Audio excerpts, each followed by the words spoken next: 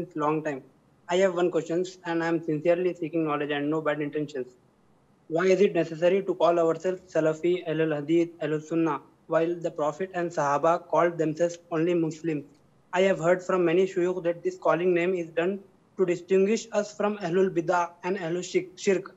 But my question is, at the time of Prophets, there were Munafiqeen, the hypocrites. At the time of Sahaba, they were Khariji. But yet they stick to calling themselves Muslims. Please clarify my doubt, Sheikh. Akbar Bhai, do you call yourself Sunni or Shi'i? Akbar Bhai. Yes, Sheikh. Do you call yourself Sunni or Shi'i? Right now I am seeking knowledge and I call myself only Muslim. So if someone says, are you Sunni or Shi'i, what do you say? I say I follow the Prophet's Sunnah. You did not answer me. Are you Sunni or Shi'i? Sunni. Okay, khalas. Was the Prophet Sunni or Shi'i? Sunni. Was he? He did not have this label, akhi. So, to answer your question, you are 100% correct that the Prophet ﷺ and the companions and the Sahab and the Tabi'een, they did not label themselves as such simply because these deviant forces or sects or cults had no weight and had no presence. So you don't look at them except as you look and regard them as insects. You don't pay attention to them. After these favorite generations, when they started to mount up and have momentum, when the people of logic, the people of innovation, the people of ahwa and whims and desires started to rise and be backed up by some of the authorities, the deviant authorities, like in the times of Al-Ma'mun,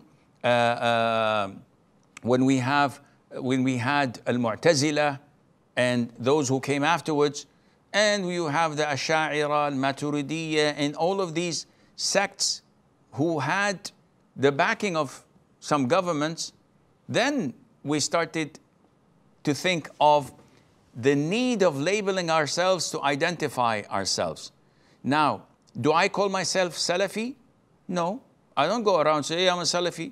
Although, technically speaking, to everyone, when they identify my aqeedah, when they identify my manhaj, when they identify my methodology of thinking, they would say, oh, he is a Salafi, Ahlul Hadith, Ahlul Sunnah wal Jama'ah, etc. So I don't go around and brag about it because I don't have to. I don't have to prove myself to others. But as I've asked you, when you come to a fork of the road and someone says, are you this or that?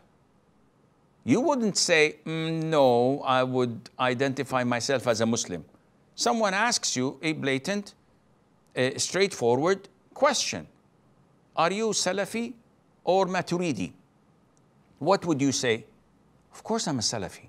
I follow the methodology of the Prophet ﷺ, his companions, the Tabi'een and Tabi'it Tabi'een.